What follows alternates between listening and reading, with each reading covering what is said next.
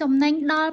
$200ទៅលើម៉ាស៊ីនបោកខោអាវនិងទូទឹកកក Promotion August Super Deal នេះគឺដាក់ជូនជាពិសេសសម្រាប់បងៗដែលចង់បានគ្រឿងអេឡិចត្រូនិកយកទៅដាក់ផ្ទះជាពិសេសគឺសម្រាប់ទូទឹកកកហើយនិងម៉ាស៊ីនបោកខោអាវបងគឺយើងចុះថ្លៃច្រើនមែនទែនបានខ្លះគឺចុះដល់$200 $300អីហ៎ម៉ាក់នេះអញ្ចឹងទ្វារ2តូចល្មមតម្លៃពេញ599ចុះសល់391បន្តិចអញ្ចឹងបងដកមកទៅគឺយើងចុះដល់$200ហើយបងមកមើលទូទឹកកកនេះមើលតម្លៃពេញ1200ជាងតែចុះសល់999បងអាចមើលនៅលើនឹងហ្មងគឺយើងដាក់ថា sale up to $300បើនេះថាបងចំណេញ$300បាត់ទេម៉ាក់នេះគឺប្រភេទទ្វារ3បងធំដាក់វ៉ាន់បានច្រើនសម្រាប់បងគ្រួសារធំគឺត្រូវមកម៉ាស៊ីនបោកខោអាវក៏ចុះច្រើនដូចគ្នាបងអាចមើលតម្លៃដើមបានណាតាមជាក់ស្ដែងតម្លៃពេញ979ឥឡូវហ្នឹងគឺយើងចុះសល់685.30ហើយមិនមានតែមួយ model ហ្នឹងបងគឺមានច្រើនទៀតខ្ញុំចង់ឲ្យបងមកមើលផ្ទាល់ខ្លួនឯងសាកសួរផ្ទាល់តែម្ដងមិនថារឿងតម្លៃក៏មានបន្ថែមរបស់អវ៉ាន់មួយវាមាន function មានចំណុចពិសេសអីខ្លះបងអាចសាកសួរបានគឺនៅតាមសាខាមួយគឺយើងមានបុគ្គលិកគាត់នៅចាំប្រាប់ព័ត៌មានបងមិនមានតែទូទឹកកកហើយនិងម៉ាស៊ីនបោកខោអាវហ្នឹងទេដែលចុះថ្លៃគឺយើងធ្វើទៅលើគ្រឿងអេឡិចត្រូនិកជាច្រើនគឺយើងមានចុះចាប់ពី20%